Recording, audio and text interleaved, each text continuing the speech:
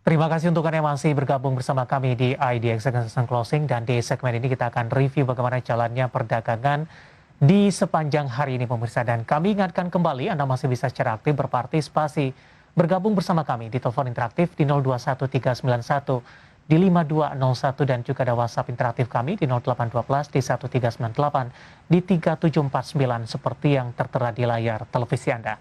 Saat ini kami sudah terhubung bersama dengan Ibu Nengsi Limbong yang merupakan Research Analyst PT Pacific Capital Investment. Kita akan langsung sapa saja. Ibu Nengsi, selamat sore, apa kabar Bu? Selamat sore Pak David, kabar baik. Terima kasih Bu Nengsi sudah meluangkan waktu di IDX Channel. Hari ini perdagangan jelang libur akhir pekan. Dan kalau tidak salah juga hari ini merupakan aktivitas perdagangan terakhir di bulan Oktober Ibu Nengsi. Dan minggu depan kita sudah mulai memasuki perdagangan di November. Menguat di 1,03%, tapi level 6.600-an masih belum mampu.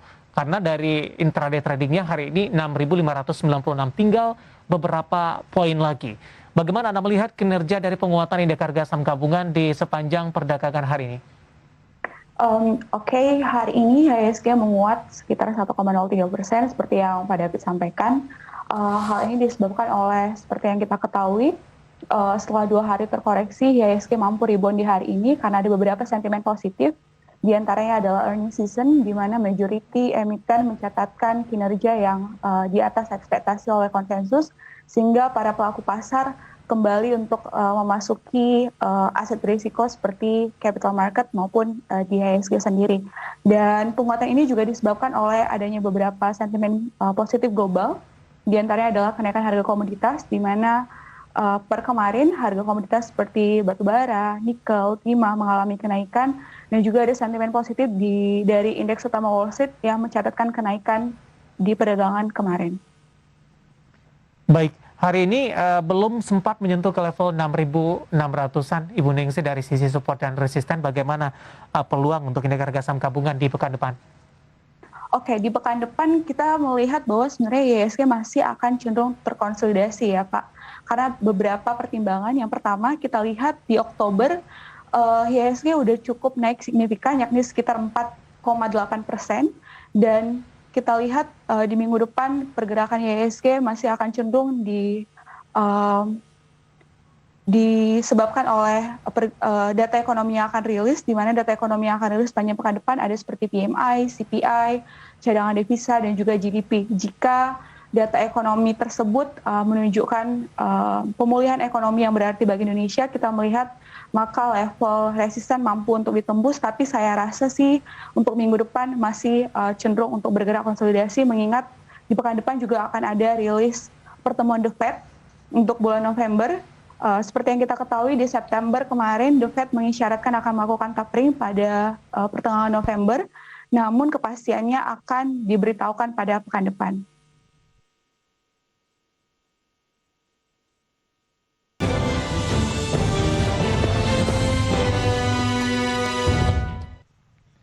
Ya, pemirsa, kita lanjutkan kembali IDX Second Closing, dan kami juga masih mengundang Anda untuk bisa berpartisipasi dan bergabung bersama kami di 021 di 391 di 5201, dan juga ada WhatsApp interaktif kami di 0812 di 1398349 seperti yang tertera di layar televisi Anda. Ibu Ningsi, kita lanjutkan kembali, Bu. Menyambung perbincangan di segmen sebelumnya, Ibu Ningsih, dengan berbicara siklus ini. Biasanya indeks harga saham gabungan di Oktober lebih cenderung seperti apa, Bu? Mengingat juga di Desember lebih cenderung mengalami penguatan dengan adanya momentum window dressing. Biasanya memang di Oktober secara statistikal biasanya mengalami penguatan, namun di November biasanya terkoreksi, di mana dalam 10 tahun terakhir dari 2010 sampai 2019, biasanya di November itu tercatat mengalami koreksi rata-rata sekitar 1,13%, di mana 8 dari 10 tahun terakhir IHSG tercatat mengalami penurunan. Dan di Desember IHSG kembali rebound, dan di Januari juga seperti itu. Baik, momentum ketika pelemahan yang terjadi? Ya, biasanya di November akan banyak akumulasi buy ya, khususnya untuk saham-saham indeks LQ45 atau Big Cap. Baik, kita balik lagi ke review perdagangan di sepanjang hari ini, Bu Ningsih. Penguatan di 1,03%. Tampaknya pergerakan indeks harga saham gabungan kurang kekuatan atau kurang booster mungkin dalam hal ini, karena yang biasanya yang menopang pergerakan indeks harga saham gabungan adalah di sektor perbankan. Memang sektor perbankan hari ini sudah mengalami penguatan dibandingkan dengan pelemahan pada perdagangan kemarin, tapi tidak semuanya mengalami penguatan. Penguatan yang terjadi juga tidak signifikan. PBNI juga masih ditutup di zona merah di penutupan sesi kedua hari ini. Analisisnya untuk sektor perbankan, Ibu Ningsih. Ya, sebenarnya kalau kita lihat di pekan ini ada begitu banyak kabar baik ya dari sektor perbankan, di mana emiten perbankan banyak menyampaikan laporan keuangan, dan majority mereka menyampaikan laporan keuangan yang cukup baik, bahkan berada di atas ekspektasi konsensus. Namun sebenarnya ini sudah price in, jadi wajar saja pergerakan saham-saham perbankan saat ini cenderung konsolidasi karena sebenarnya sudah cukup naik signifikan pada awal Oktober kemarin. Baik, rekomendasi Anda untuk saham-saham perbankan di perdagangan pekan depan, Ibu Ningsih? Oke, saya suka atau tertarik dengan BBRI sebenarnya. Analisisnya seperti apa, Bu? Oke, resistennya ada di 4.450. Sementara supportnya ada di level 4.200 hingga 4.300. Mengapa BBRI cukup menarik? Karena kita ketahui baru saja konsolidasi dengan TNM dan juga Pegadaian, dan seharusnya ini berdampak positif terhadap kinerja BBRI itu sendiri. Untuk sisi target price tadi di berapa, Ibu Ningsih? Resisten terdekat itu ada di level 4.500. 4.500. Sementara untuk target sampai dengan akhir tahun, dengan memasukkan momentum window dressing. Sampai akhir tahun kita melihat BBRI mampu menyentuh level 5.000.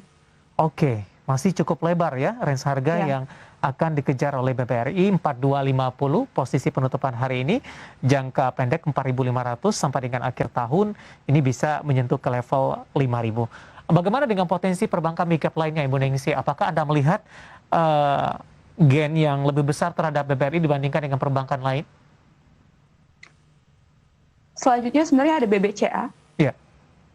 BBCA kemarin baru stock split, dan seperti yang kita ketahui waktu stock split kemarin ada euforia oleh investor retail ya khususnya, sempat menyentuh di level 8.250, dan setelah dari situ kita melihat BBCA cenderung bergerak downtrend. Namun sebenarnya secara long term BBCA ini cukup menarik. Karena di tengah pandemi di tahun lalu kinerjanya cukup outperform jika dibandingkan dengan perbankan lainnya. Baik, 7475 penutupan hari ini menguat di 1,36%. Support dan resistennya, Bu? Oke, support terdekat itu ada di level 7.350. Sementara resisten terdekat ada di level 8.250. Baik, 7350 supportnya, resistennya ada di 8.350 ya, Bu? Iya. Ini sampai dengan November atau sampai dengan akhir tahun? Sampai akhir tahun. Oke. 7.350 dan 8.350 dengan proyeksi dari resistennya tidak ada salahnya masuk kepada saham BBCA di posisi harga saat ini di 7475. Di luar dari perbankan, Ibu Ningsih, tadi juga sudah kita sampaikan untuk topik pilihan di program kita untuk hari ini ada saham-saham dari konstruksi. Ketika dari indeks harga saham gabungan mengalami penguatan, saham dari konstruksi terutama yang big cap-nya penguatannya terlihat menonjol, Bu, dibandingkan dengan saham-saham lainnya. Bagaimana Anda melihat penguatan yang terjadi dari saham-saham konstruksi? Ini apakah penguatan yang terjadi sesaat saja dari sisi teknikalnya atau momentum akhir tahun saham-saham konstruksi juga terkena dampak dalam hal ini? Oke, untuk saham konstruksi saya lihat sebenarnya ini hanya momentum ya. Rebound sesaat. Namun jika kita lihat sebenarnya secara statistikal, saham-saham konstruksi itu biasanya naik di akhir tahun. Karena biasanya emiten konstruksi realisasi profit mereka biasanya akan lebih banyak di kuartal 4. Sehingga diikuti oleh rally dari kenaikan harga saham-saham konstruksi itu sendiri.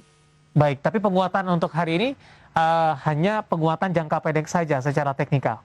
Iya, benar.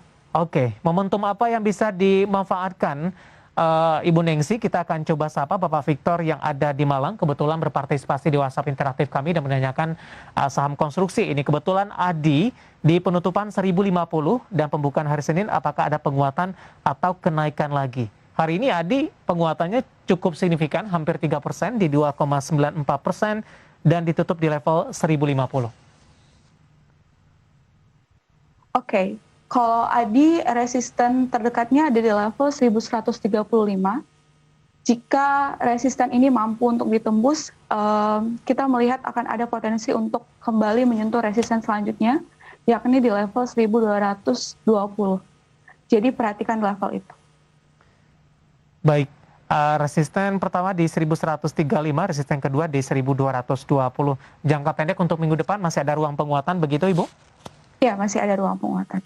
Baik, jawaban untuk Pak Victor yang ada di Malang 1050, posisi penutupan masih ada ruang 1135 sampai dengan 1220 untuk Adi. Kita akan coba sapa juga penanya lainnya yang juga menanyakan saham-saham di sektor konstruksi ini. Kita akan coba sapa, ada Clara di Jakarta. Terima kasih sudah bergabung. Menanyakan saham PTPP, apakah sudah patah tren? Masih punya di 1235, 1235 untuk PTPP.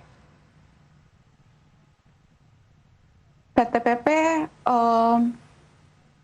jika level 1320 mampu untuk ditembus, maka akan ada kemungkinan untuk PTPP melanjutkan ke level 1360. Dan sebenarnya di pekan depan kita optimis PTPP masih akan melanjutkan penguatan karena secara teknikal ada reverse di hari ini. Oke, Clara di Jakarta ambil posisi di 1235 dengan masih adanya potensi penguatan, di hold saja ya Bu?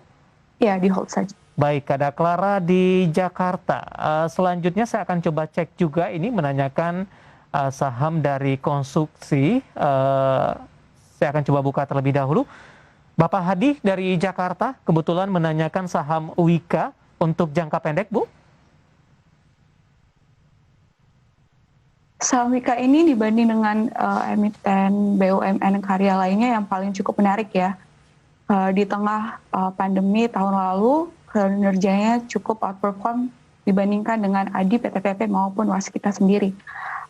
Untuk Wika, sebenarnya tren BUMN karya ini hampir sama semua ya. Yeah. Jika level 1385 mampu untuk ditembus, maka kemungkinan akan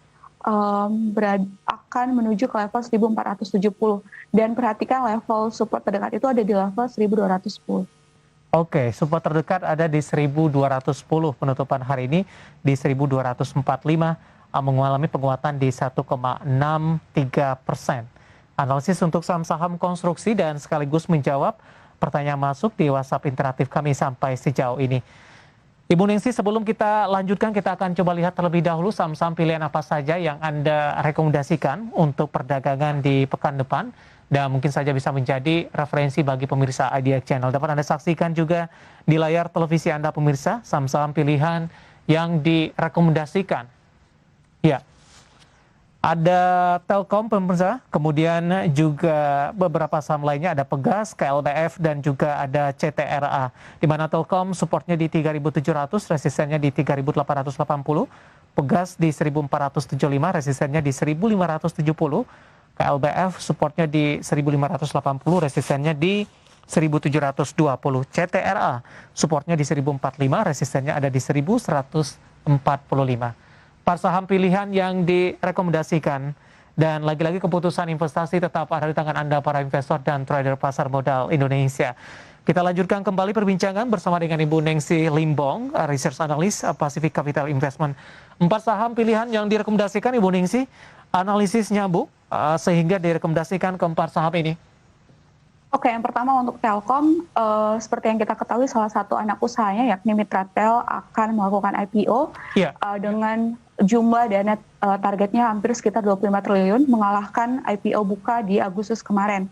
Dan jika kita lihat sebenarnya kinerja Telkom ini cenderung stabil ya jika dibandingkan dengan emiten telekomunikasi lainnya, di mana jika kita lihat berdasarkan laporan keuangan di semester pertama kemarin, revenue-nya tumbuh 3,9%, sementara laba bersihnya tumbuh hampir sekitar 13,3%. Dan kita juga tahu bahwa permintaan layanan internet saat ini mengalami kenaikan di tengah anjuran bekerja dari rumah ataupun belajar dari rumah. Itu untuk Telkom analisisnya. Baik, Ibu Ningsi, seperti apa Anda melihat kontribusi dari Mitratel nantinya kepada Telkom ketika mereka melantai di Bursa Efek Indonesia? Oke, kontribusinya adalah khususnya untuk permintaan menara itu sendiri ya. Nanti akan berdampak kepada, seperti yang kita ketahui, Telkom akan menjadi pengembang dari 5G sendiri, dan kemungkinan besar Telkom akan menggunakan Mitratel untuk pengembangan atau ekspansi 5G-nya. Baik, ada Telkom supportnya di 3.700, resistennya di 3.880. Resisten di 3.880 sampai dengan di November ini atau sampai dengan akhir tahun, Ibu Ningsi? Sampai di November itu untuk short term. Oke, selanjutnya ada Pegas. Juga direkomendasikan supportnya di 1.475 dan resistennya di 1.570. Analisisnya, Ibu? Setelah mencatatkan kerugian yang cukup besar di tahun lalu, di tahun ini kinerja Pegas rebound.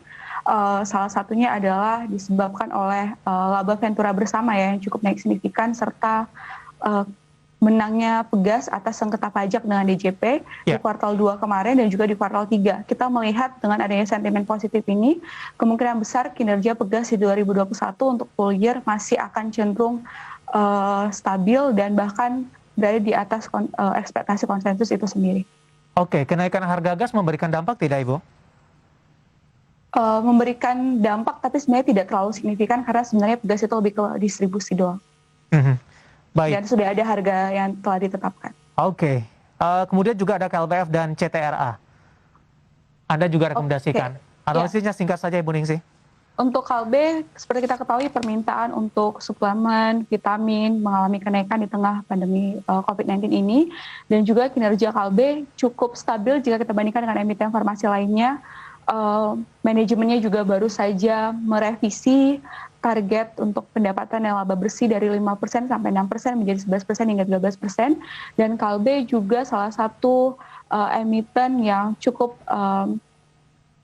memiliki ekspansi yang cukup bagus ya. Saat ini seperti yang kita ketahui, KLB mengakuisisi Klik Dokter dan juga mengembangkan aplikasi dari mereka sendiri itu bernama Kalcare. Dan yang terakhir ada CTRA, seperti yang kita ketahui, relaksasi DP 0% kembali diperpanjang hingga 2022, bahkan dari Bank Indonesia membuka opsi hingga 2023. Nah, dengan adanya relaksasi DP 0% ini, seperti yang kita ketahui, banyak masyarakat yang memanfaatkan momentum untuk membeli rumah, khususnya dari end user, sehingga berdampak positif terhadap kinerja emiten properti itu sendiri. Dan berdasarkan data hingga September 2021, marketing sales Ciputra ini sudah mencapai sekitar 5 triliun atau tercatat tumbuh 45% secara year on year. Baik, ada Telkom, kemudian Pegas, KLBF, dan CTRA direkomendasikan buy. Pemirsa, support dari resistennya juga sudah disampaikan tadi, dan lagi-lagi keputusan investasi tetap pada tangan Anda para investor dan trader pasar modal Indonesia. Kita akan jeda kembali, Ibu Ningsi, nanti kita akan lanjutkan, masih banyak pertanyaan, nanti kita akan coba ulas satu persatu. Dan pemirsa, kami akan segera kembali sesaat lagi.